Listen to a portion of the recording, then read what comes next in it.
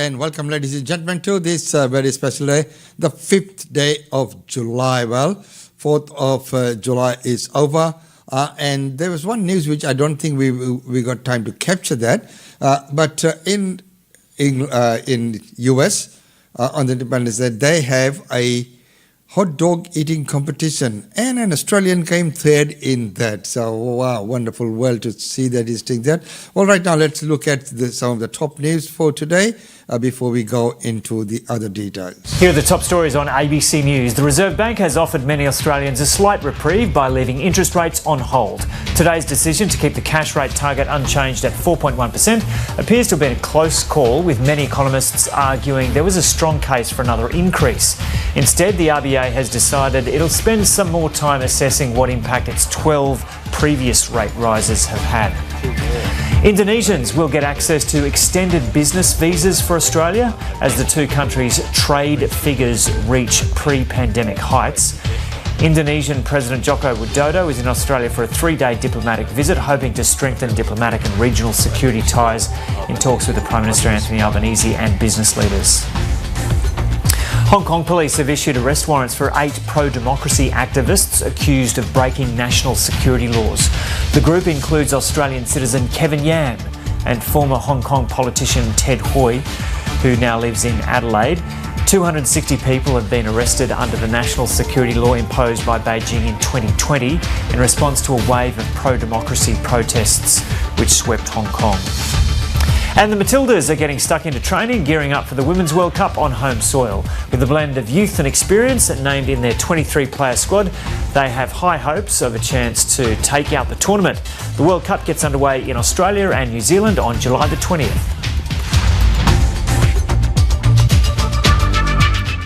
There you are, ladies and gentlemen, up to date on Australian Indian Radio this morning. Well, breaking news is, of course, that RBA has put a hold on the interest rate hike. Laura, what rationale did the Governor give today for this pause? Sarah, the Governor, Phil Lowe, essentially said the government wants to wait and the Reserve Bank wants to wait and have a better look because inflation has clearly peaked and we can now see the effects of monetary policy operating on the economy. I think it's quite interesting to compare this statement with the statement he made in April when the bank last paused. There's a really noticeable change in language. At that stage, the bank was saying, look, we want to stop and wait because we've done a lot of stuff, but we not really sure that it's worked yet. That's taking a bit of a liberal yep. turn with it. But this time he's saying inflation has clearly peaked and is on the way down. The economy is slowing. Large sectors of household spending are slowing. All of the factors that you would expect, and also that the labour market is not as booming as it was. So all of those signs, I think, show a real change in tone from the bank, and I would say, frankly, quite a lot of nervousness about what's going to happen next. I think what they're trying to do is really leave open the space, if you like, for them to raise rates again, because they've only got one thing to hit, which is interest rates, and they want to have the capacity to do that, to fight inflation for as long as they can. But there is a clear concession in this statement today that the economy is on the downturn. Now, in terms of what's next, because of course that's what people want to know is to what extent this is a pause, what can happen next.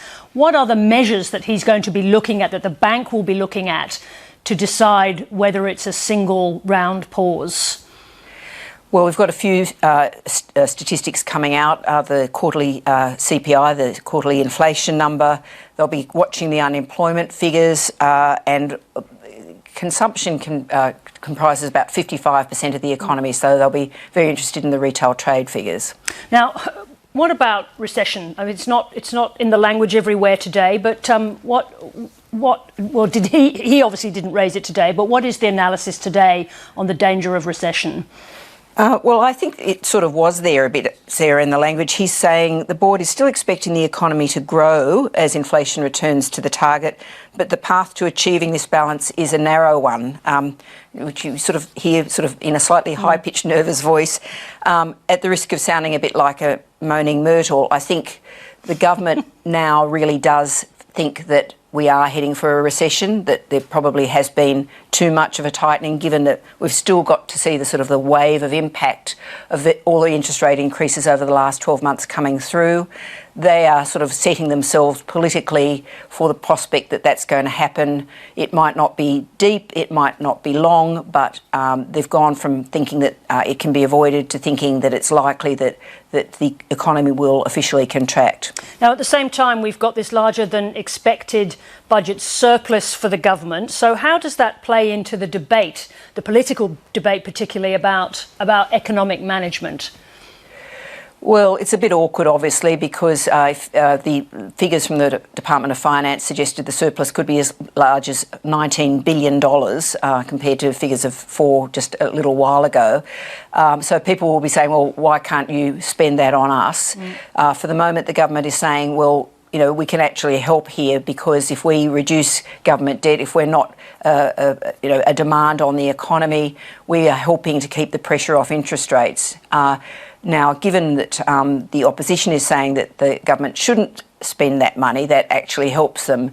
But I think the language we've seen from ministers like the Finance Minister, Katie Gallagher, today suggests that if it is sort of seen as possible and required to offer more cost of living assistance as the economy slows, and if the government thinks there's a scope to do it, that $19 billion is a better thing to have than not having $19 billion.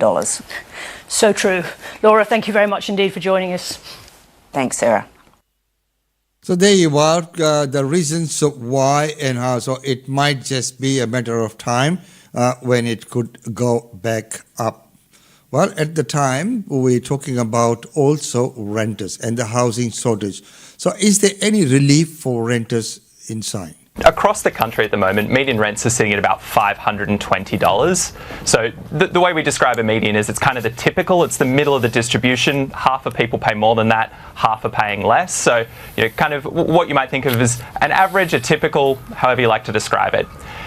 That's a big increase from what we saw a year ago. It's up 12% nearly. And, you know, that's clearly extremely brisk growth. In a bit of a change from what we had been seeing for some of the past few years, that's now being led by Sydney and Melbourne, and particularly by Sydney and Melbourne units. That's interesting. So what are we seeing in terms of prices for Sydney and Melbourne? So Sydney and Melbourne have seen their unit rents up 20% nearly over the past 12 months, which is staggering growth. Now, part of the story there is unit rents in Sydney and Melbourne actually fell during the pandemic, particularly in Melbourne in 2020 and early 2021. In the inner Melbourne area, rents fell by as much as a quarter for units, which is a pretty substantial fall. So part of the story for why they're leading growth now is catching up for that period of underperformance, but it's certainly not all of it. And rents are now, for units in Sydney and Melbourne, quite a lot higher than they were pre-pandemic. They're 19% higher than they were in Sydney, and they're a little over 10% higher in Melbourne. So not just catching up for that pandemic period. So if they're not just catching up, what are the other reasons for this really staggering increase? Yeah, I mean, the simple and maybe a little bit flippant answer is there's just a lot of people that want to rent and not enough rentals going around at the moment. The way we like to measure this is what we call a rental vacancy rate, which measures the number of currently available rentals on realestate.com.au. It's sitting below 1.5 in a lot of parts of the country at the moment. It's at 1.3 in Melbourne. You know, to give you a sense of just how tight it is. That's less than half what it was pre-pandemic, and means for every 100 renter households, there's only a little more than one currently available rental. That means when it does become available, it's leasing extremely quickly, it's very competitive, a lot of people are applying, and that means rents are going up as a result. In terms of, so Melbourne and Sydney are leading the drive for these increases. What are some of the other capital cities doing? Are any of them staying the same or any of them falling? What are we seeing in the numbers? Yeah, there's maybe some good news for renters in Brisbane and Adelaide, although I'd temper it with some.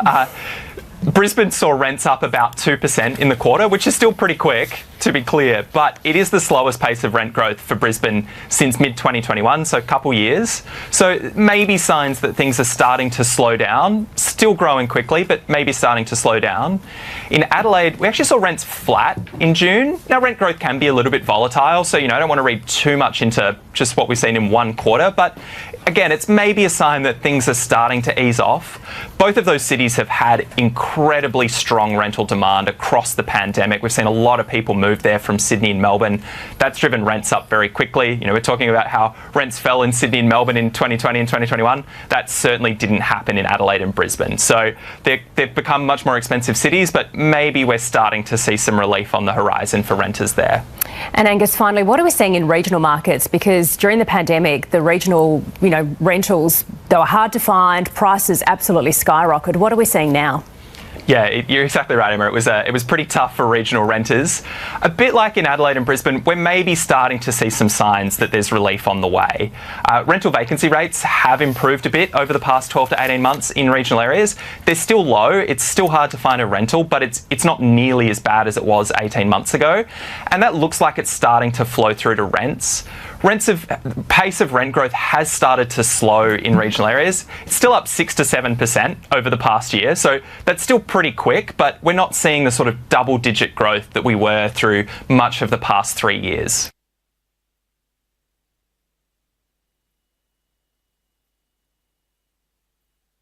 There you are, the rental situation. Even out in the regional areas, the growth has sort of slowed down a little bit. Now, New South Wales Health Services Union is threatening the government over the pay deal. A call to arms. We are going to stand, we are going to fight. From a union that fought to get Labor elected. This government needs to get their together pretty darn quickly, because if they don't, we're coming after them. Hundreds of Health Services Union delegates voted to give the government an ultimatum. They're demanding a firm pay deal by Friday, or they'll take industrial action from Monday. If we need to go to war, we go to war. The action would include a ban on laundry collection and deliveries, slow working times for paramedics, a ban on transporting patients out of hospitals, with administration staff to stop paying visiting medical officers. And I understand the HSU are getting a little bit impatient. I understand that. But we've also got a job to make sure that we can fit it within our funding envelope. The government is offering a 4% pay rise for all public sector workers.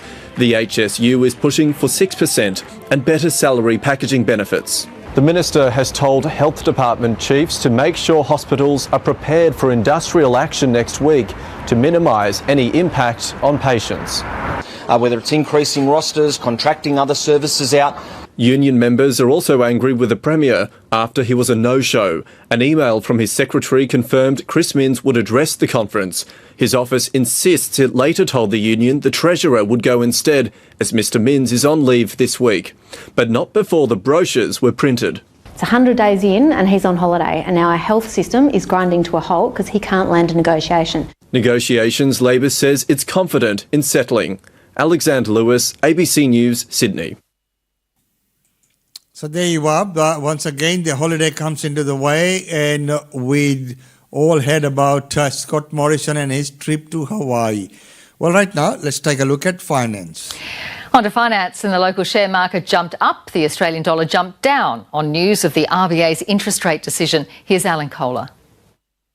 By lurching higher at 2:30 when the interest rate decision was unveiled, the All Ordinaries Index simply regained Monday's upward trend. And by dropping at the same time, the Aussie dollar was simply getting back to where it had been last night, before a spurt upwards at midnight that was entirely due to a sudden drop in the US dollar, in turn due to a ripple of talk that the Federal Reserve might do what the RBA did today, and pause. So, talk of a Fed pause made the Aussie go up, and an actual RBA pause made it go back down again. The Governor, Philip Lowe, said today that further rate hikes may be required. And then again, maybe not. After all, these supply chain disruptions that started this burst of inflation have entirely gone. As discussed last night, though, the RBA is now focused on making sure it doesn't flow through to wages. Most economists predicted that the RBA would lift rates today, so we can ignore them now.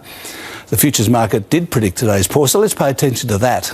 The market odds for an August rate hike are now 60%, and for September, 90%.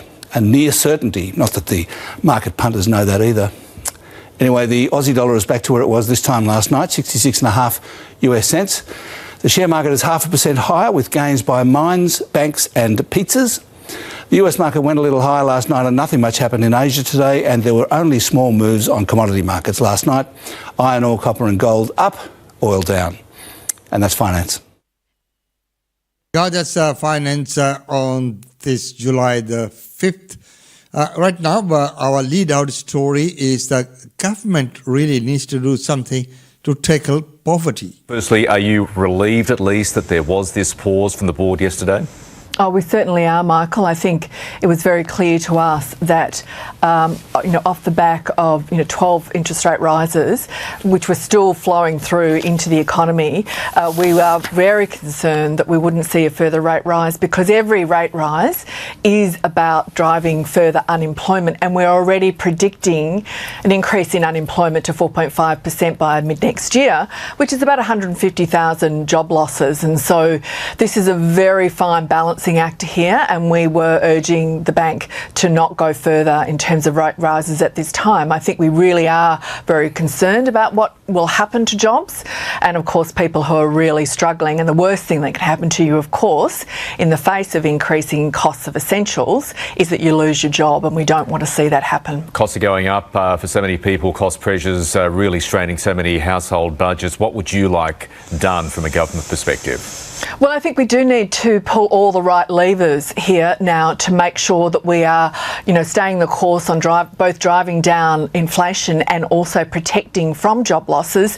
And thirdly, to make sure that people at least can afford the essentials of life. We've seen, increases of sort of 9-8% in terms of food prices over the last period. Of course, housing costs have gone up, but rents are really big in terms of the increase that's affecting people on low and modest incomes who are in the rental market. So we do think now is the right time for us to put on the table officially building a sort of a national consensus about regulating of rent increases to make sure that we're protecting people from exorbitant rent rises and protecting people from evictions into homelessness.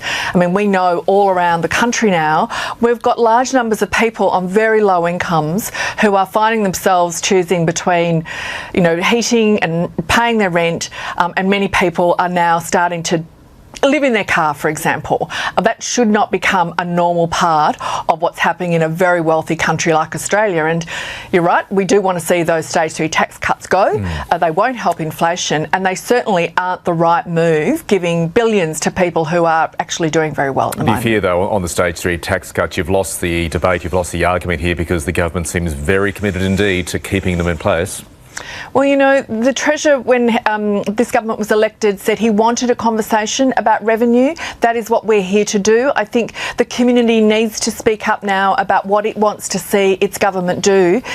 We are here now in 2023.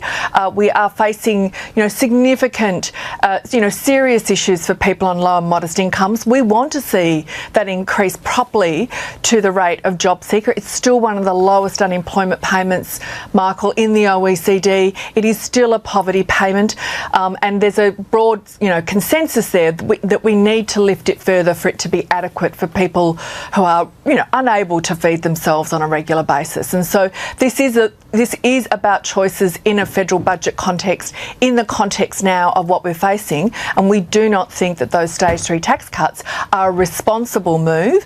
It will push about $20 billion, back out into sort of available discretionary spend for many people, and we've got to get the balance right here between the different levers that we pull, including rent regulation and further action on energy pricing. Depending on the regulations and of course the triggers that we pull, rightfully quite said. Well, ladies and gentlemen, that's about all we have for you in the news segment. Right now, let's take a look at functions and events.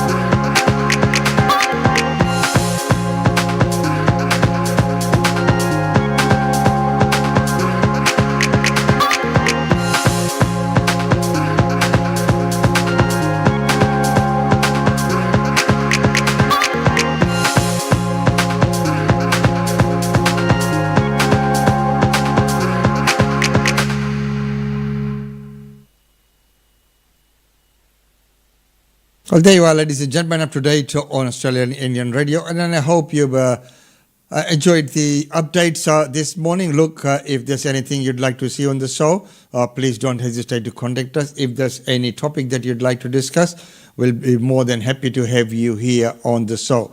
Well, with that, it's time to say goodbye until tomorrow, and we'll see you then.